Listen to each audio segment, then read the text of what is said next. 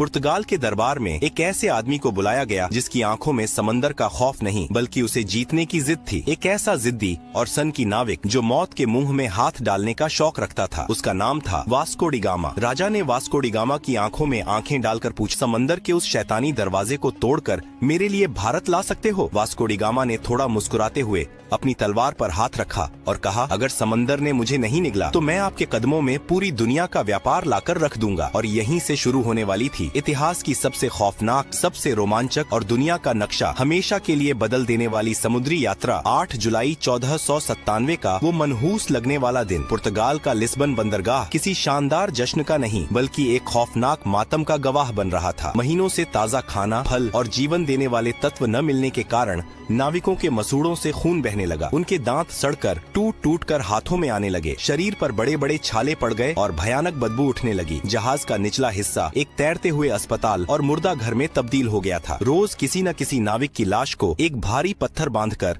समंदर में फेंका जा रहा था। बचे हुए नाविकों का सब्र अब पूरी तरह जवाब दे चुका था। उन्होंने वास्को डी गामा के सामने बगावत कर दी। वो घुटनों के बल गिरकर गिड़गिड़ाने लगे, कप्तान हमें माफ करो, वापस चलो। हमें नहीं चाहिए कोई भारत, हमें नहीं चाहिए कोई सोने की चिड़िया या मसाले, हमें बस जिंदा अपने घर जाना है। लेकिन वास्को डी गामा कोई आम इंसान थोड़ी था। वो एक नंबर का जिद्दी, कठोर और सनकी आदमी था। हमारे पास लौटने का कोई रास्ता नहीं बचा है। या तो हम भारत पहुंचेंगे या फिर ये समंदर ही हमारी सामूहिक कब्र बनेगा। अगर किसी ने वापस जाने की बात की तो समंदर बाद में मारेगा, मैं उसे पहले अपने हाथों से काट डालूंगा। उस आदमी के इस पागलपन और खौफनाक जुनून के आगे शायद मौत को भी पसीना आ गया होगा। और तभी वो सबसे खौफनाक घड़ी आ गई। वे अफ्रीका के उस सबसे निचले सिरे पर पहुँच गए थे। राफेल जहाज का ढांचा बुरी तरह टूट गया था। हर नाविक ने अपनी आंखें बंद कर ली और अपने अंतिम समय की प्रार्थना करने लगा। लेकिन वास्को डी गामा जहाज के पहिए को लोहे की तरह मजबूती से पकड़े, सीना ताने, तूफान की आंखों में आंखें डालकर खड़ा था। प्रकृति अपने पूरे रौद्र रूप में थी। वो उन्हें निगलना चाहती थी, लेकिन एक इंसान की शुद्ध जिद और पागलपन के आगे